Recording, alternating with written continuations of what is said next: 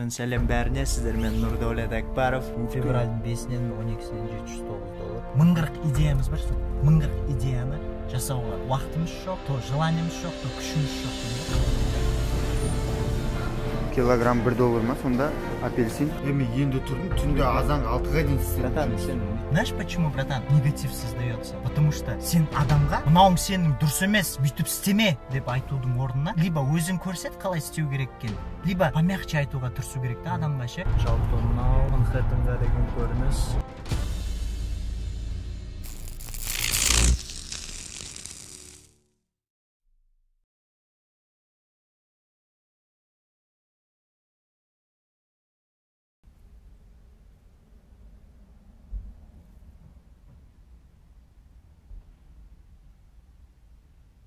Мен сәлем бәріне, сіздермен Нұрдәулет Әкбаров. Абди бауырым дәл қазір мен екеуміз спорт етіп жатыр, камерамды алып алғысы келіп тұр, 360 деген камерамды. Мен оған бергім келмей тұр да, ол камераны. Не үшін берем? Ол менің камерам, ол менің камерам. Кеш, братан, мен кешке апардым. Кешке кеттік, братан.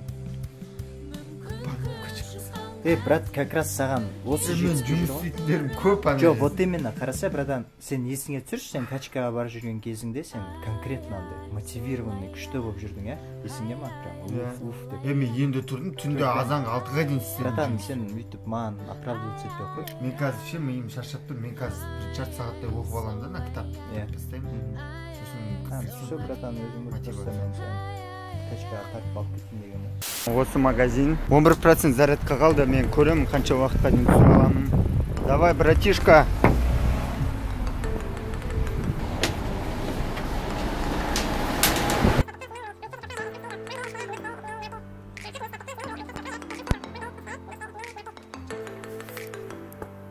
Мен саған 5 минут оқып саған бұл кәдімде.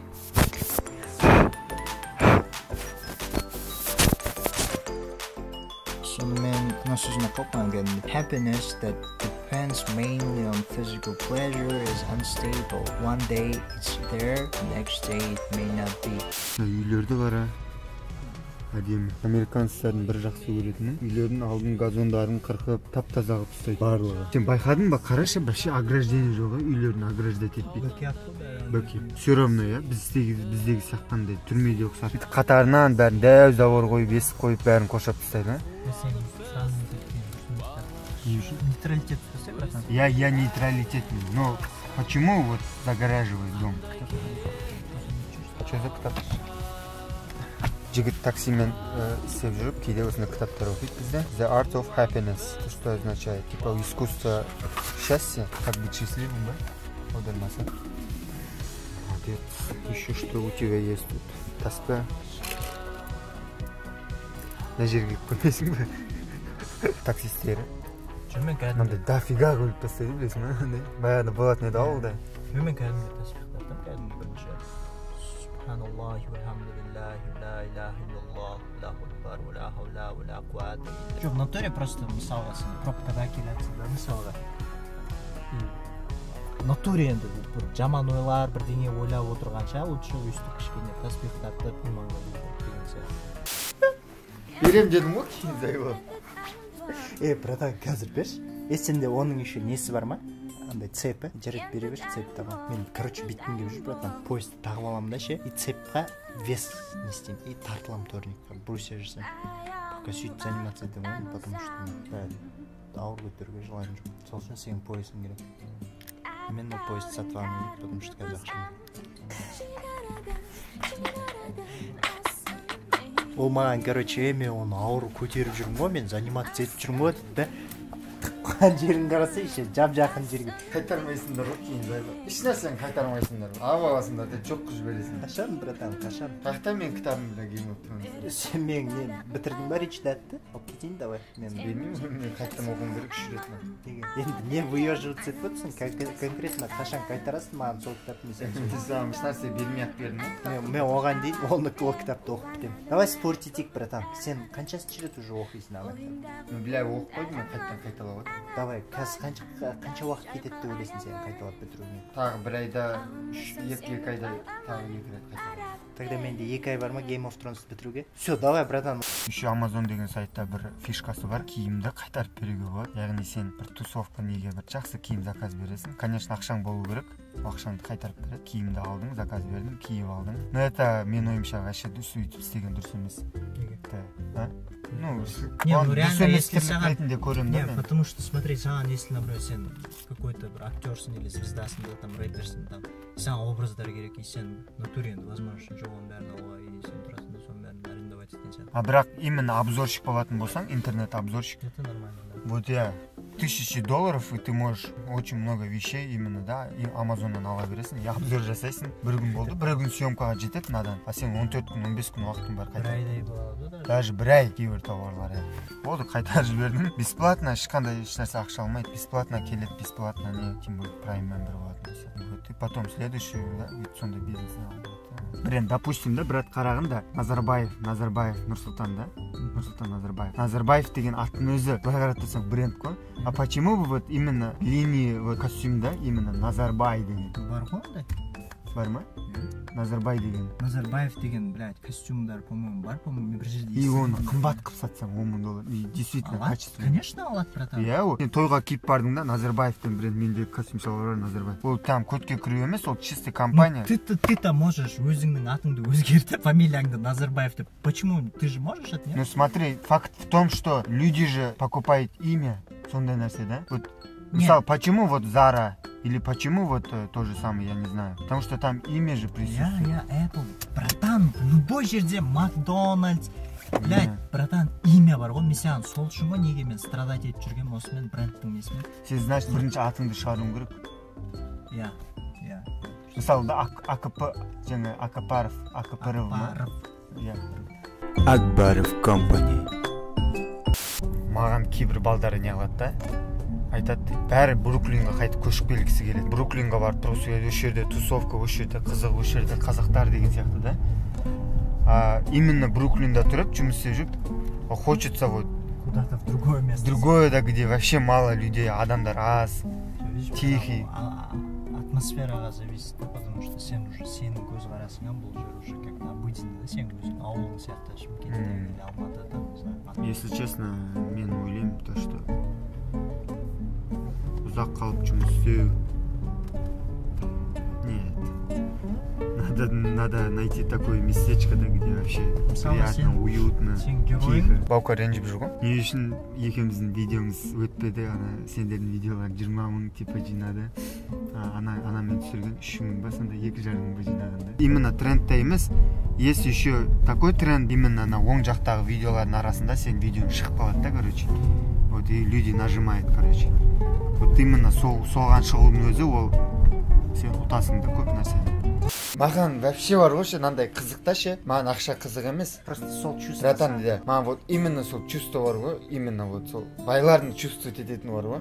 Мысалы, бля, мен шынында айтайын, братан, мен шаршадым ше. Выживать дегеннен мен шаршадым.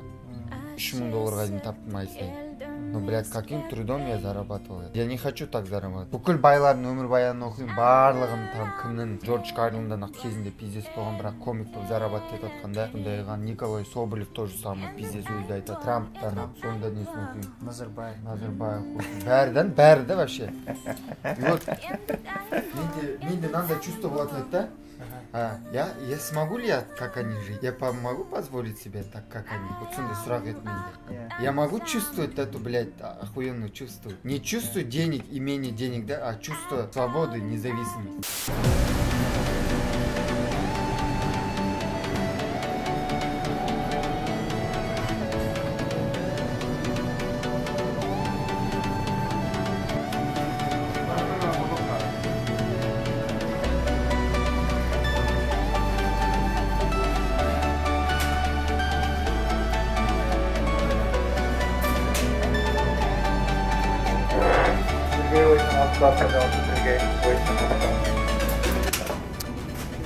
Көріп отқанда бұл жерде орыстар көп, барлығы орысша сөйлейтіндер, орыстардың магазині, үлкен сондай супермаркет.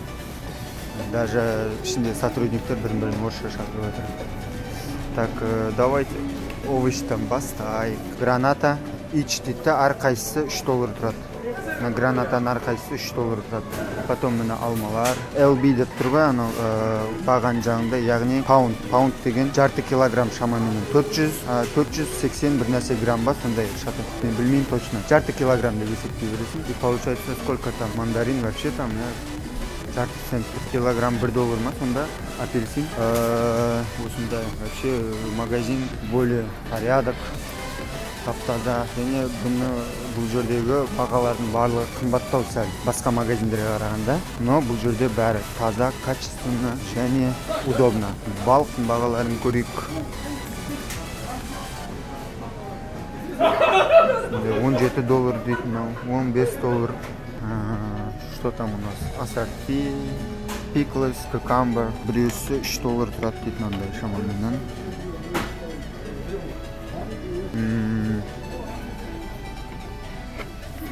Но бізде 1 доллар тұрады екен. Яғни сіздерден андай карточка болатын болса, неткост менде бар 30% па скидка.